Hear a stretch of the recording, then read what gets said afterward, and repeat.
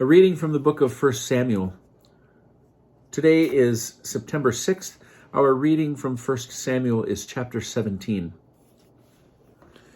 The Philistines assembled their forces for battle. They massed at Soko of Judah and encamped at Ephes Damim between Soko and Azekah. Saul and the men of Israel massed and encamped in the valley of Elah. They drew up their line of battle against the Philistines, with the Philistines stationed on one hill and Israel stationed on the opposite hill. The ravine was between them. The champion of the Philistine forces stepped forward. His name was Goliath of Gath, and he was 6 cubits and a span tall. He had a bronze helmet on his head and wore a breastplate of scale armor, a bronze breastplate weighing 5,000 shekels. He had bronze greaves on his legs and a bronze javelin slung from his shoulders. The shaft of his spear was like a weaver's bar, and the iron head of his spear weighed 600 shekels, and the shield-bearer marched in front of him. He stopped and called out to the ranks of Israel, and he said to them, "Why should you come out to engage in battle? I am the Philistine champion, and you are Saul's servants. Choose one of your men and let him come down against me. If he bests me in combat and kills me, we will become your slaves. But if I best him and kill him, you shall be our slaves and serve us." And the Philistine ended, "I herewith defy the ranks of Israel. Get me a man and let's fight it out." When Saul and all Israel heard these words of the Philistine, they were dismayed and terror-stricken. David was the son of a certain Ephrathite of Bethlehem in Judah, whose name was Jesse. He had 8 sons, and in the days of Saul the man was already old, advanced in years. The 3 oldest sons of Jesse had left and gone with Saul to the war. The names of his 3 sons who had gone to war were Eliab the firstborn, the next Abinadab, and the third Shammah. And David was the youngest. The 3 oldest had followed Saul, and David would go back and forth from attending on Saul to shepherd his father's flock at Bethlehem. The Philistine stepped forward morning and evening and took his stand for 40 days. Jesse said to his son David, "Take an ephah of this parched corn and these 10 loaves of bread for your brothers, and carry them quickly to your brothers in camp. Take these 10 cheeses to the captain of their 1,000. Find out your brothers and bring some token from them." Saul and the brothers and all the men of Israel were in the valley of Elah in the war against the Philistines. Early the next morning, David left someone in charge of the flock, took the provisions, and set out as his father Jesse had instructed him. He reached the barricade as the army was going out to the battle lines, shouting the war cry. Israel and the Philistines drew up their battle lines opposite each other. David left his baggage with the man in charge of the baggage and ran toward the battle line and went to greet his brothers. While he was talking to them, the champion, whose name was Goliath, the Philistine of Gath, stepped forward from the Philistine ranks and spoke the same words as before, and David heard him. When the men of Israel saw the man, they fled in terror, and the men of Israel were saying among themselves, "Do you see that man coming out? He comes out to defy Israel. The man who kills him will be rewarded by the king with great riches. He will also give him his daughter in marriage and grant exemption to his father's house in Israel."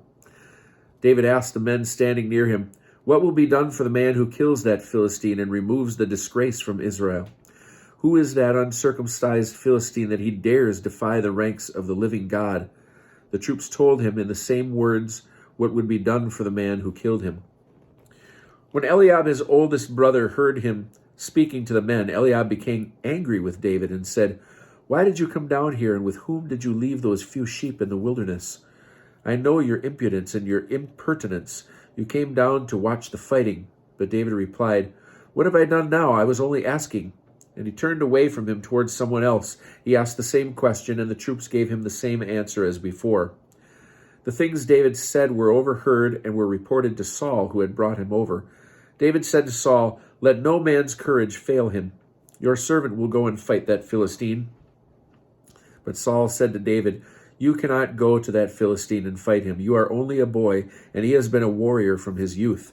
David replied to Saul, "Your servant has been tending his father's sheep, and if a lion or a bear came and carried off an animal from the flock, I would go after it and fight it and rescue it from its mouth.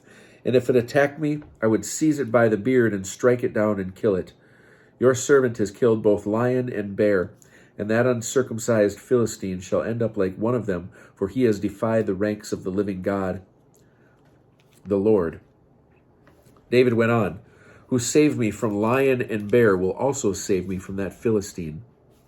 "Then go," Saul said to David, "and may the Lord be with you." Saul clothed David in his own garment. He placed a bronze helmet on his head and fastened a breastplate on him. David girded his sword over his garment. Then he tried to walk, but he was not used to it. And David said to Saul, "I cannot walk in these, for I am not used to them." So David took them off. He took his stick, picked a few smooth stones from the wadi, put them in the pocket of his shepherd's bag, and sling in hand, he went toward the Philistine. The Philistine, meanwhile, was coming closer to David, preceded by his shield-bearer. When the Philistine caught sight of David, he scorned him, for he was but a boy, ruddy and handsome.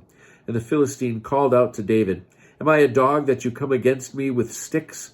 The Philistine cursed David by his gods, and the Philistine said to David, "Come here, and I will give your flesh to the birds of the sky and the beasts of the field." David replied to the Philistine, "You come against me with sword and spear and javelin, but I come against you in the name of the Lord of hosts, the God of the ranks of Israel, whom you have defied. This very day the Lord will deliver you into my hands. I will kill you and cut off your head, and I will give the carcass of the Philistine camp to the birds of the sky and the beasts of the earth. All the earth shall know that there is a God in Israel.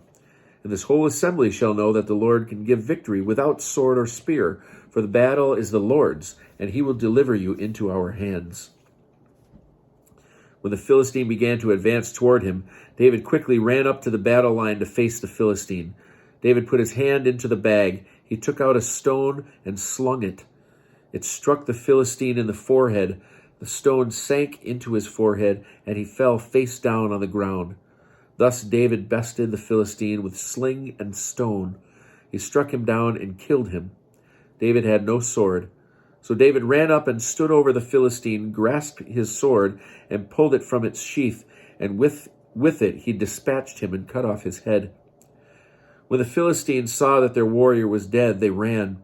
The men of Israel and Judah rose up with a war cry, and they pursued the Philistines all the way to the Guy and up to the gates of Ekron. The Philistines fell mortally wounded along the road to Sharim, up to Gath and Ekron. Then the Israelites returned from chasing the Philistines and looted their camp. David took the head of the Philistine and brought it to Jerusalem, and he put his weapons in his own tent. When Saul saw David going out to assault the Philistine, he asked his army commander Abner, "Whose son is that boy, Abner?"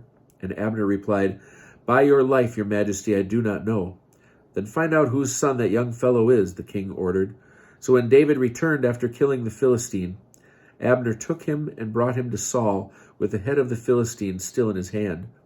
Saul said to him, "Whose son are you, my boy?" And David answered, "The son of your servant Jesse of the Bethlehemite."